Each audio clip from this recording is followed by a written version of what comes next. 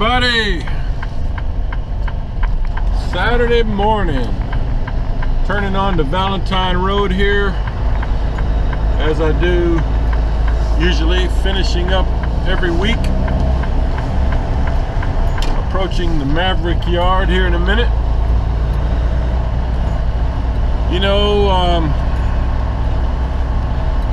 I stopped last night at a Love's in Indianola, Mississippi, I think was the name of that town. And got up and left this morning around 3:30. You know, I had a little over 3.5 hours still to go. And I only had about 2 hours of time left on my 70-hour clock, which I thought I had more than that, but yesterday I noticed that my 70-hour clock, which on the tablet is called cycle duty, it had stopped counting down and was just kind of stuck on like 12 hours and some odd minutes. Not sure why that happened, but so I thought I had more time than I ended up having today. So I had to use almost 2 hours of PC to get here. So it's been a long week. Here's the driving academy to the right. Nothing going on over there. Just some nice looking Maverick trucks parked over there. Wait for some people to come learn how to drive them. And then we got the main yard here. Get my ID out so I can open the gate.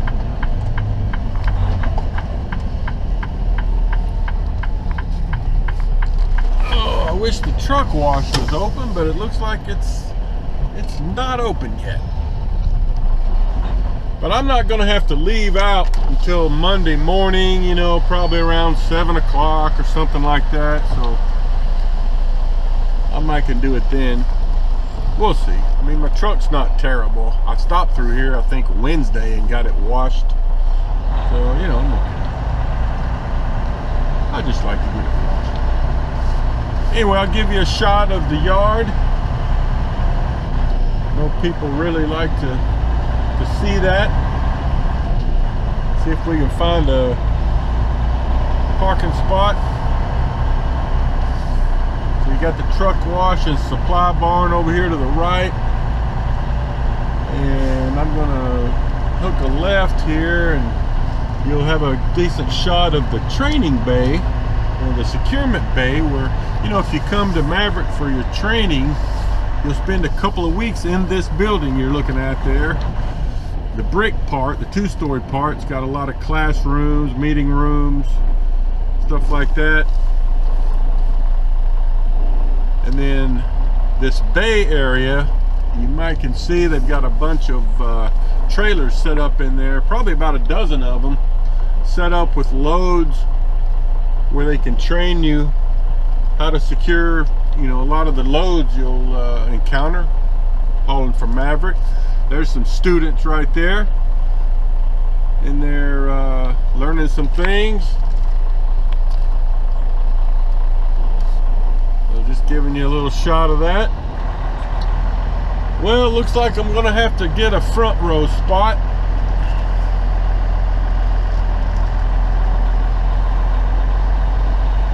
You know, it's Saturday morning, so a lot of people have already arrived here for the weekend and grabbed all the best spots.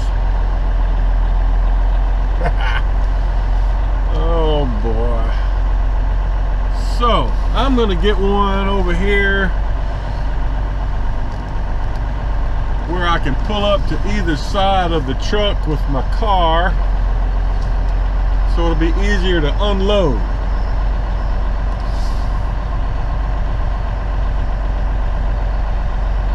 Alright, let me get parked and I'll get back to you in a minute to kind of do a weekly review. Well, as I got parked, it looks like the truck wash bay just opened up.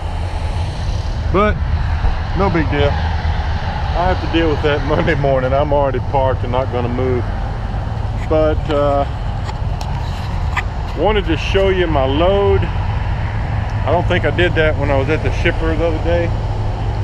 So you know, this is basically some big 30-foot rebar bundles.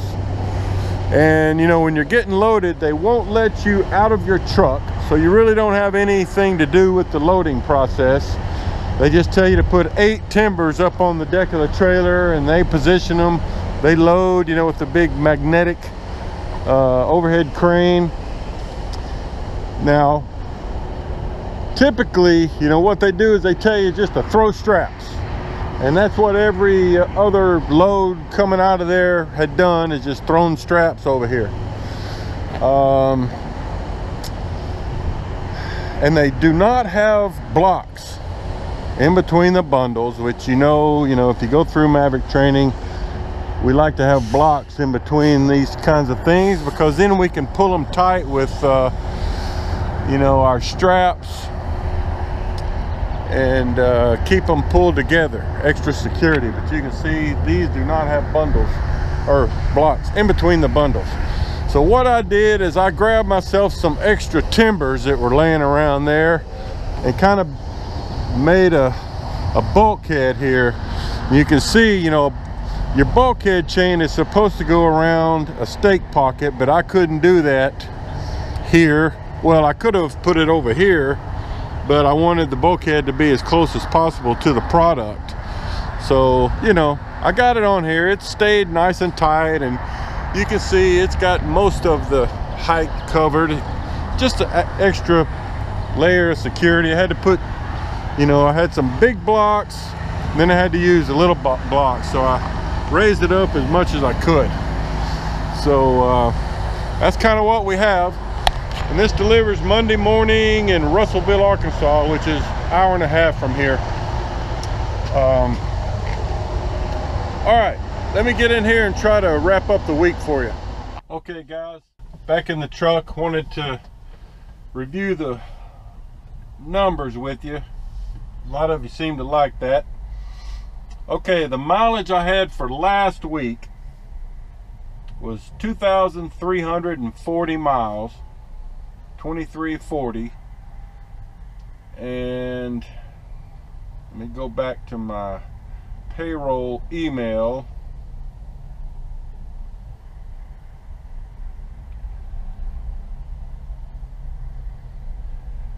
My gross pay for those miles, 2,340 miles, was $1,851.68. 1851.68. So I've got a few emails to respond to. I'll do that when I get home sometime later today, but I couldn't respond to anything last night. I don't know, the internet signal where I was in rural Mississippi was not cooperating, so I wasn't able to send anything. But anyway, I'll catch up on that later. Oh, let's see. I guess that's it for now. Get all my stuff moved out of the truck. Get home. See you Monday morning.